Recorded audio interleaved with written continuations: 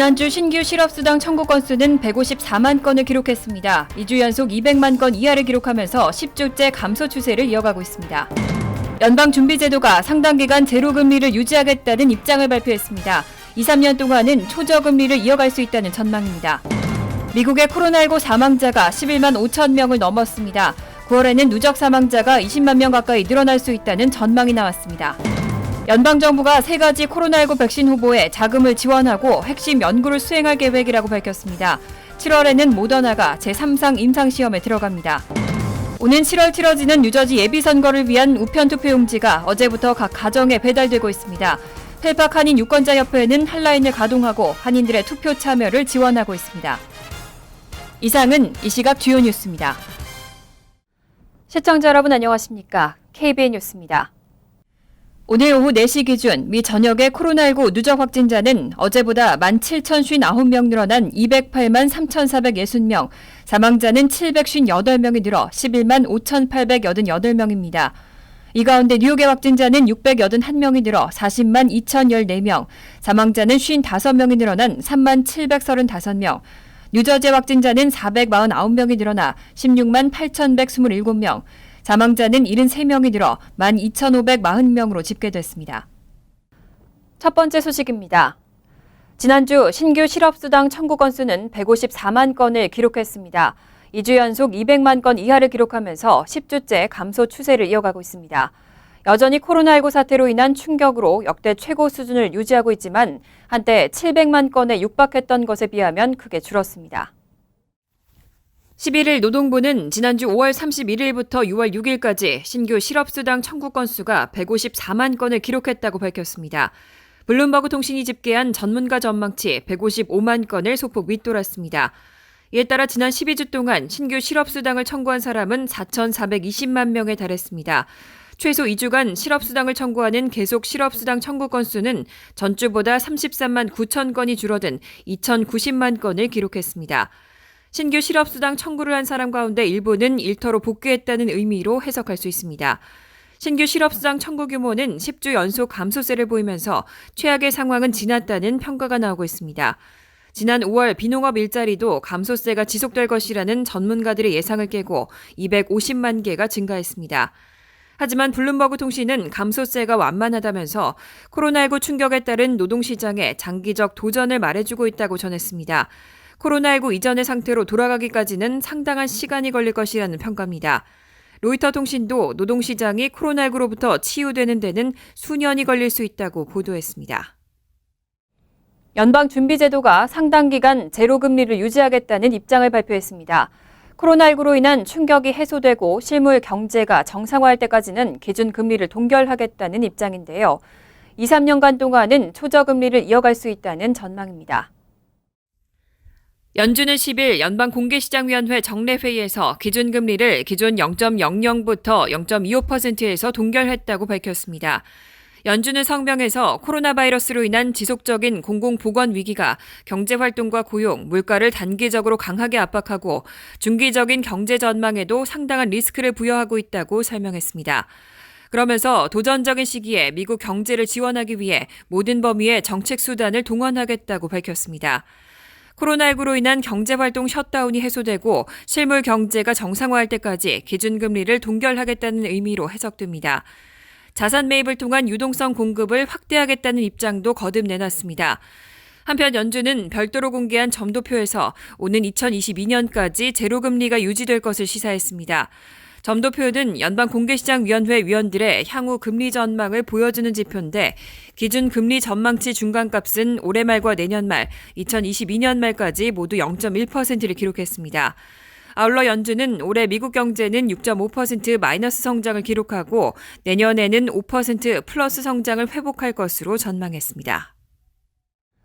미국의 코로나19 확진자는 어느새 200만 명을 넘었습니다. 누적 사망자도 11만 5천 명을 넘었는데 9월에는 사망자가 20만 명 가까이 늘어날 수도 있다는 전망도 나오고 있습니다. 최근 일부 주에서는 코로나19 확진자가 다시 늘어나면서 보건 전문가들은 너무 일찍 봉쇄를 완화했다고 지적하고 있습니다.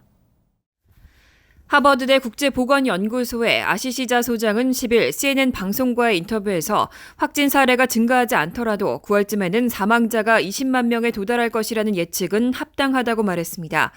자 소장은 과감한 조처 없이는 사망자가 계속 늘어날 것이라며 수개월 후의 상황이 매우 우려된다고 경고했습니다. 국제통계 사이트 월도미터 집계에 따르면 11일 현재 미국의 코로나19 확진자는 600만 명을 넘었고 사망자는 11만 5천만 명을 넘으면서 압도적인 세계 1위입니다. 자 소장은 미국의 피해가 이렇게 큰 이유로 미국이 주요국 가운데 코로나19 확산세가 통제 가능한 수준으로 줄어들기 전에 봉쇄를 완화한 유일한 나라라는 것과 연관이 있다고 설명했습니다. 그는 주민들의 코로나19 확진율이 14일간 5% 미만으로 유지돼야 전염을 통제할 수 있다며 지금까지의 사망은 막을 수 있었고 앞으로도 검사 및 접촉자 추적 확대, 엄격한 사회적 격리 두기와 마스크 착용 등으로 추가 사망을 예방할 수 있다고 강조했습니다. 연방정부가 3가지 코로나19 백신 후보에 자금을 지원하고 핵심 연구를 수행할 계획이라고 밝혔습니다.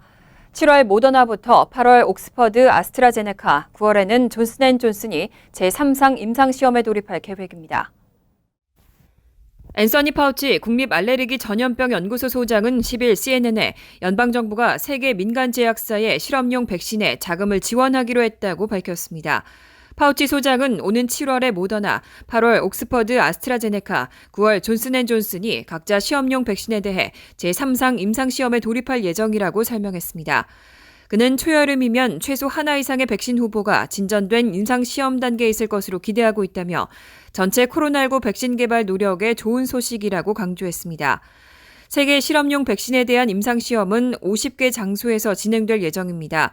대부분 미국에서 시험을 수행하지만 일부 다른 국가에서 진행할 가능성도 있습니다. CNN은 3상 임상시험에는 약 3만 명이 참여할 예정이라고 전했습니다. 미 근로자들을 대상으로 실시된 설문조사 결과 근로자들은 대부분 재택근무를 선호한다고 대답했습니다. 다만 직장 출근 때보다 지출은 평균 $108가량 늘어난 것으로 조사됐습니다.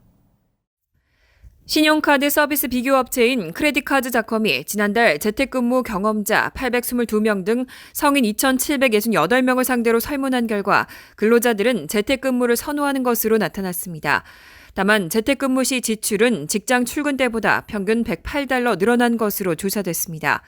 지출 부분별로 보면 월평균 식료품과 전기, 가스 등 공공요금 지출은 각각 $182와 $121 늘었습니다. 하지만 양육비는 $34 줄고 유류 교통비는 $33, 외식비 $27, 의류 세탁비 등도 $4 감소했습니다. 연령대별로 보면 1990년대 중반부터 2000년대 초반 태생인 밀레니얼 세대의 지출 증가가 평균 $208로 가장 컸습니다. 또 18세 미만 자녀를 둔 직장인은 지출 증가 규모가 $173로 자녀가 없는 직장인 $103보다 더 컸습니다. 지출 증가에도 불구하고 주 5일 내내 재택근무를 하겠다는 응답자는 35%에 달했고 이들을 포함해 82%는 일주일에 최소 2일은 재택근무를 하고 싶다고 응답했습니다. 재택근무를 전혀 하고 싶지 않다는 응답률은 4%에 그쳤습니다. 미국의 항공 수요는 지난 4월 사상 최저를 기록한 후 점차 회복세를 보이고 있습니다. 하지만 여전히 지난해 같은 기간보다는 80% 이상 낮은 수준인데요. 유나이티드 항공은 코로나19 사태로 불안해하는 고객들을 안심시키기 위한 노력의 일환으로 탑승 수속에 건강상태 자가 진단을 추가했습니다. 또 탑승객들에게 기내 마스크 착용을 다짐받겠다고 밝혔습니다. 10일 경제 전문 매체 시카고 비즈니스와 CNBC 방송 등은 앞으로 유나이티드 항공을 이용하려는 사람들은 탑승 수속 시 건강상태 자가 진단 설문에 응해야 하고 기내에서 마스크를 착용해야 한다고 보도했습니다. Ready to Fly로 이름 붙은 점검 항목에는 최근 21일 이내 코로나19 확진 판정을 받은 사실이 있는지, 지난 2주 사이 38도 이상의 고열이나 기침, 오한, 근육통과 인후통 등의 증상이 있었는지, 코로나19 확진자와 접촉했는지 등이 포함됩니다. 또 2주 사이 건강 상태로 인해 다른 항공사로부터 탑승 거부를 당한 일이 있는지도 답해야 합니다. 유나이티드 항공은 설문에 답할 수 없어 탑승을 포기한 고객은 일정을 변경할 수 있고 공항에서 정밀 검사 신청을 할 수 있다고 안내했습니다. 또 탑승객들에게 기내에서 마스크를 착용하겠다는 동의를 받기로 했다고 강조했습니다. 유나이티드 항공은 앞서 지난달에는 청소용품 전문 제조업체 클라락스와 손잡고 위생 강화를 위한 클린 플러스 이니셔티브를 발족한 바 있습니다. 트럼프 대통령의 재선 캠프가 CNN 방송에 대통령에게 불리한 여론조사 결과를 취소하라고 요구했습니다. 트럼프 대통령은 그동안 주류 언론을 가짜뉴스 취급하면서 그중에서도 특히 CNN을 눈엣 가시처럼 여겼는데요. 바이든 전 부통령에게 뒤진 이번 여론조사도 가짜라고 비난하고 있습니다. 트럼프 대통령의 재선 캠프가 CNN 방송에 불합리한 여론조사 결과를 취소하라고 요구했습니다. 트럼프 대통령의 재선 캠프가 문제 삼은 CNN 여론조사는 지난 8일 나온 것으로 민주당 대선 후보인 조 바이든 전 부통령이 55%의 지지율로 41%에 그친 트럼프 대통령을 14%포인트나 앞섰습니다. 트럼프 대통령의 국정 수행을 지지한다는 응답은 38%에 그쳤고 57%가 반대했습니다. 트럼프 대통령은 가뜩이나 눈엣 가시로 여겼던 CNN 방송이 이와 같은 여론조사를 내놓자 당장 가짜조사라며 발끈했습니다. 트럼프 재선 캠프는 10일 CNN 제프 저커 회장에게 경고서원을 보내고 조사 결과를 취소하고 사과하지 않으면 법적 조치에 나설 수 있다고 밝혔습니다. 또 실제로는 미 전역에서 대통령을 지지하는데 여론조사가 잘못된 관점을 제시한다며 편향된 질문과 왜곡된 표본으로 미국 유권자를 호도하고 있다고 비난했습니다. 이에 대해 CNN 방송은 말도 안 된다며 일축했습니다. CNN 법률고문 측은 근거 없는 주장이라며 자신이 알기론 정치인이나 캠프에서 여론조사 결과를 가지고 법적으로 CNN을 협박한 건 40년 CNN 역사의 처음이라는 입장을 밝혔습니다. 대표적인 친한파로 알려진 톰 수오지 연방 하원 의원이 오는 23일 예비 선거를 앞두고 한인 미디어와 간담회를 개최했습니다. 수오지 의원의 지역구인 뉴욕주 3선거구는 퀸즈와 나소 카운티 등을 포함하는데 7천여 명의 한인 유권자가 거주하고 있습니다. 한미 동맹이 그 어느 때보다 중요한 시점이라면서 한인 유권자들의 지지를 호소했습니다. 톰 수오지 연방 하원 의원이 오는 23일 예비선거를 앞두고 한인 미디어와 간담회를 개최했습니다. 대표적인 친한파 인사인 수오지 의원은 지난해 4월 대한민국 임시정부 100주년을 맞아 한미 동맹 결의안을 발의한 바 있습니다. 또 지난달 22일에는 한국전 종전 결의안에 대한 공식 지지를 밝히기도 했습니다. 당시 수오지 의원은 한인과 전 세계의 안보를 위하여 한반도의 평화를 반드시 보장해야 한다고 강조한 바 있습니다. 한편 이날 간담회에서 수오지 의원은 본인의 지역구를 포함한 뉴욕 전역이 코로나19 사태로 큰 피해를 입은 사실을 언급하면서 지방정부와 병원, 학교 등에 대한 지원이 필요하다고 설명했습니다. 또 연방정부 차원의 추가 지원을 위해서 양당 지도부에 서신을 보내는 등의 활동을 소개하기도 했습니다. 수오지 의원은 북한 정권의 변화를 포함해서 국제 정세가 급변하는 현재 한미 동맹이 더욱 중요하다면서 한인 유권자들의 지지를 호소했습니다. 코로나19로 올해 치러지는 선거에도 많은 변화가 있습니다. 무엇보다 우편 투표가 확대돼서 투표소에 가지 않고도 각 가정에서 편리하게 투표에 참여할 수 있습니다. 오는 7월 치러지는 뉴저지 예비선거를 위한 우편 투표용지가 어제부터 각 가정에 배달되고 있습니다. 펠팍 한인 유권자협회는 다소 생소한 우편 투표를 돕기 위한 핫라인을 가동하고 많은 한인들이 투표에 참여할 수 있도록 지원하고 있습니다. 우편 투표는 투표 당일 현장 투표가 어려운 사람들을 위해 사전에 신청한 유권자들만 참여할 수 있지만 올해는 코로나19로 인한 팬데믹으로 뉴저지주 유권자들이 별도의 신청 없이 우편 투표를 할 수 있게 됐습니다. 펠팍 한인 유권자협회는 현재 유권자 등록과 정당 선택을 마친 유권자들에게 우편 투표 용지가 배달되고 있다며 투표를 위한 몇 가지 주의를 당부했습니다. 먼저 자신이 원하는 후보자 이름 옆에 있는 작은 동그라미에 기표를 하고 동봉된 소형 봉투에 투표용지를 넣은 후 봉투에 있는 우편 투표 확인서를 작성해야 합니다. 여기에 보면은 자기 성함 이름으로 풀네임 성함 써야 됩니다. 그다음에 주소 쓰고 정당 쓰고 중요한 것은 화살표가 되어 있는 부분에 자기 사인을 꼭 해야 됩니다. 그 사인은 유권자 등록을 할 때 했던 사인과 똑같아야 됩니다. 만약에 틀리면은 다른 사람이 투표를 했다고 인정되기 때문에 무효표가 됩니다. 그리고 우편 투표 작성 시 타인의 도움을 받은 경우는 반드시 도움을 준 사람의 인적사항도 함께 기재해야 합니다. 이렇게 작성된 봉투를 다시 반송용 봉투에 넣어 왼쪽 상단에 주소와 이름을 기입하고 우편함에 넣으면 됩니다. 유권자협의회는 핫라인을 통해 우편 투표와 유권자 등록, 정당 신청 등 투표에 관한 다양한 정보를 제공하고 있다며 한인들의 이용을 당부했습니다. 도움을 받으실 분들은 도움을 청하세요. 우리 그 유권자협회에서 한라인 전화번호가 5개가 있습니다. 그래서 그 한라인 전화번호를 이용해서 도움을 청하시면 공식적으로 도와드리겠습니다. 우편 투표 용지를 받았지만 선거 당일 현장 투표를 원하는 경우는 우편 투표 용지를 가지고 선거 당일 투표장에 가면 투표할 수 있습니다. 올해 뉴저지 예비선거일은 7월 7일이며 투표 참가를 위한 유권자 등록 마감은 다음 주 월요일 15일입니다.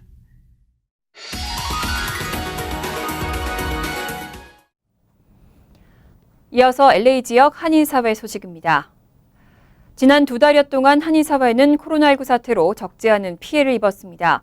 이와 관련해 한인단체들은 여러 지원 활동을 전개해왔는데요. 그런데 이런 한인사회 지원과 관련해서 그동안의 LA 총영사관의 대처에 대해 불만이 나오고 있습니다. 홍지은 기자가 보도합니다. 논란의 시작은 폭력 시위에 따른 한인들 피해 복구 방안을 논의하기 위해 LA 총영사관이 소집한 대책회의에서 촉발됐습니다. LA 한인회가 코로나 사태 초기부터 한인사회 보호에 총력을 다한 가운데 LA 총영사관은 뚜렷한 지침이나 방안을 마련하지 않은 채 공만 가로채려 한다는 겁니다. 자기네가 숟가락 한 자 더 얹어서 자기네들이 일했다는 거 보여주기 식으로 하려고 그러는데 일하는데 맥이 빠져요. 한인회를 지시할 수 있는 게 없다고요. 우리를 갖다가 무슨 자기 밑에 단체 시기로 다른 단체하고 같이 합동해서 하세요. 같이 하세요. 그런 얘기 할 필요가 없는 거예요. 우리는 우리 일하고 자기는 자기네 일을 해야 되는데 자기네 보여주기식 행정을 자꾸 하려고 그러는 거야. 다음 주에 LA 총영사관이 구성할 예정인 소요 사태 관련 비상대책위원회 구성에 대해서도 강한 어조로 비난했습니다. 이미 한인회가 비대위를 구성해 놓은 상태인데 굳이 총영사관이 나서서 또 다른 비대위를 만들어 한인사회에 혼란을 일으키고 있다는 겁니다. 우리 한인회 수석 부회장한테 연락이 왔어요. 영사관에서 비상대책위원회를 구성하려고 그러는데 한인회도 와달라고. 그렇게 얘기가 온 거예요. 그거 말이 안 되잖아요. 지금 비상대책위원회가 벌써 보름 전에 화상회의를 통해서 하고 있어요. 영사관이 무슨 근거로 비상대책위원회를 소집합니까? 이에 총영사관은 저소득층 피해 지원 사업과 한인타운 내 주 방위군 투입 요청 등 재외국민 보호를 위해 본연의 의무를 다하고 있다며 과민한 반응이라고 반박했습니다. 코비드-19 때 공간은 뭐 했냐? 한인회는 이렇게 잘했는데 그거는 한인회가 잘한 거는 칭찬해 줄 것이고 그렇기 때문에 한인회에서 그동안 사업을 하지 못했던 거나 아니면 새로 코비드-19 예산을 저희가 재동부 대상에서 받아가지고 전달한 겁니다. 이 관례가 있고 다른 영사관에서 하고 있고 다 하고 있는 거를 왜 한인회가 잘하는데 왜 영사관에서 하느냐는 게 그게 말이 된다고 생각하십니까?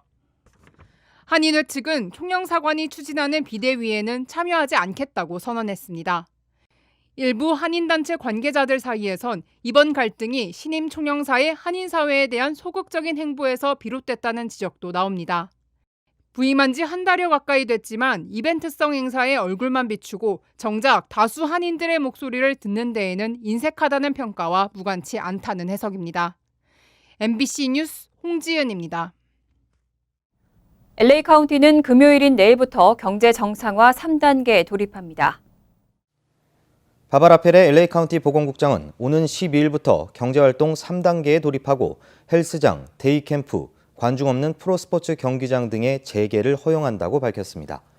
이외에도 코로나19 확산 방지를 위한 지침을 준수하는 경우에 한해 동물원과 아쿠아리움, 수영장, 호텔, 영화, 그리고 TV 제작 등도 재개를 허용할 계획이라고 설명했습니다. 다만 네일샵과 타투샵, 바, 영화관, 콘서트장, 테마파크 등은 이번 재개 목록에 포함되지 않았으며 시위와 종교 서비스 외에 집단 행사나 파티 등도 계속해서 금지됩니다.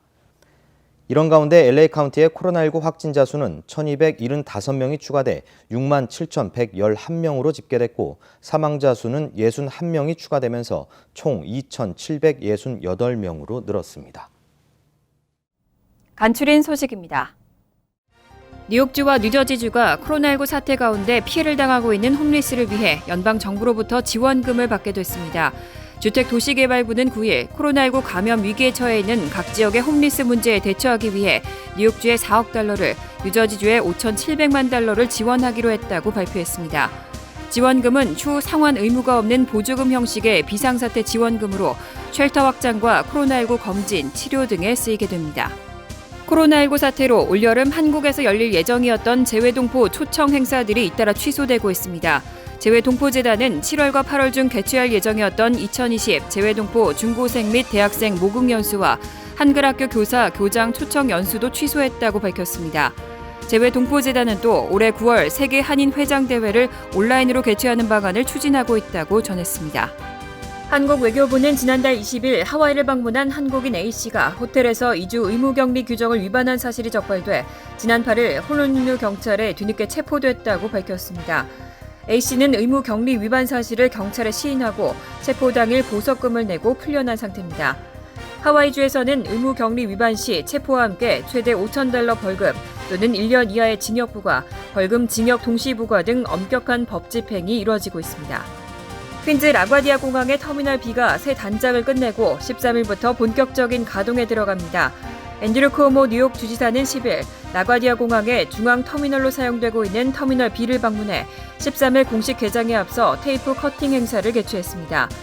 새로 문을 여는 터미널 B는 84만 스퀘어피트 규모로 예전 터미널보다 50%가 더 확대되고 여행객들을 위한 최첨단 시설을 갖추었습니다. 환율과 증권 소식입니다.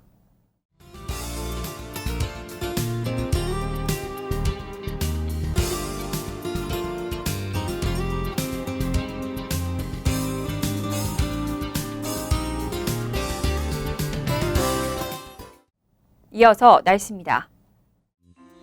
금요일은 화창하겠습니다. 낮 최고 기온은 84도, 섭씨 29도, 밤 최저 기온은 63도, 섭씨 17도로 예상됩니다. 토요일도 가끔 구름만 끼고 대체로 화창하겠습니다. 일요일은 흐린 가운데 비가 내리겠습니다. 이상으로 KBN 뉴스를 마칩니다. KBN과 함께 즐거운 저녁 되시기 바랍니다.